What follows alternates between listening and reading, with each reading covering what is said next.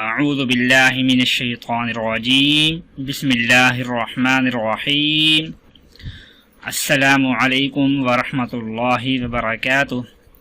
ناظرین، ہم امید کرتے ہیں کہ آپ لوگ خیر و عافیت سے ہوں گے۔ ناظرین، قرآن پاک کی ایک چھوٹی سی آیت ہے جس میں اللہ تبارک و تعالی کی وحدانیت، اس کی بے نیازی کو بیان کیا گیا ہے،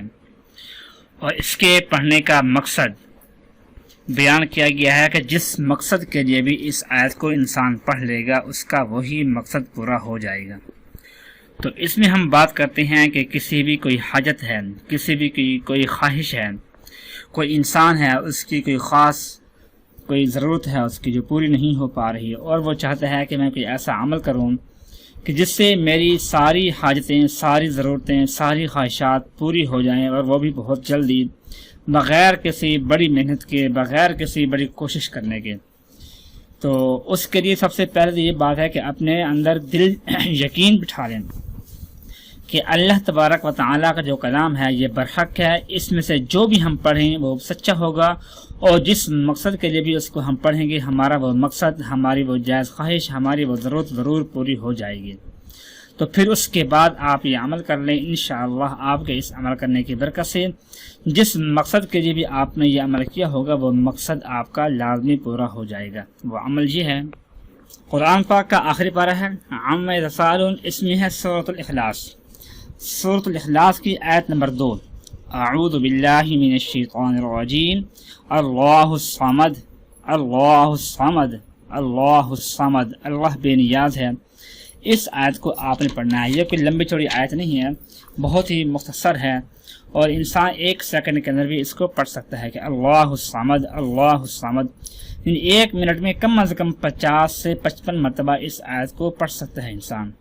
تو یہ آیت آپ نے پڑھنی ہے۔ اس کے پڑھنے کا مقصد یہ ہے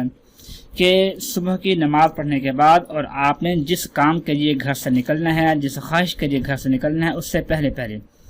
مطلب یہ ہے کہ صبح اگر آپ 8 بجے گھر سے نکلتے ہیں تو نماز کے بعد، سورج نکلنے کے بعد 8 بجے سے پہلے 2 رکعت نفل صلاۃ الحاجت پڑھ لیں، یا صلاۃ الاشراق پڑھ لیں، یا صلاۃ چاشت کی نماز، جس چیز کی بھی آپ نیت کر کے 2 رکعت نفل پڑھ لیں گے۔ اس کے بعد وہیں بیٹھے بیٹھے آپ نے ایک تسبیح پڑھ لینی ہے اللہ الصمد کی، 101 مرتبہ آپ نے اس کو پڑھ لینا ہے۔ پھر اس کے بعد آپ نے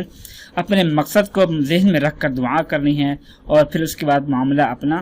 اللہ کے اوپر چھوڑ دینا ہے، اور اپنے کام کے لیے گھر سے نکل پڑنا ہے انشاءاللہ۔ کہ جیسے ہی آپ گھر سے نکلیں گے تو آپ کو آپ کے کام کے پورا ہونے کے آثار نظر آنا شروع ہو جائیں گے۔ جو بھی آپ کا مقصد ہوگا وہ ضرور پورا ہوتا ہوا آپ کو نظر آئے گا، وہاں سے پورا ہوگا جہاں سے آپ کو وہم و گمان بھی نہیں ہوگا، اور آپ خود حیران ہو جائیں گے کہ مجھے یہاں سے تو کوئی گمان بھی نہیں تھا اور میرا کام یہیں سے پورا ہو رہا ہے۔ تو انشاءاللہ آپ کی ہر پریشانی ختم ہو جائے گی، اور آپ کی ہر جائز خواہش پوری ہو جائے گی۔ دعا ہے کہ اللہ پاک ہم سب کے تمام مقاصد کو پورا کر دے، آمین ثم آمین۔ اپنا خیال رکھیے گا، اللہ حافظ۔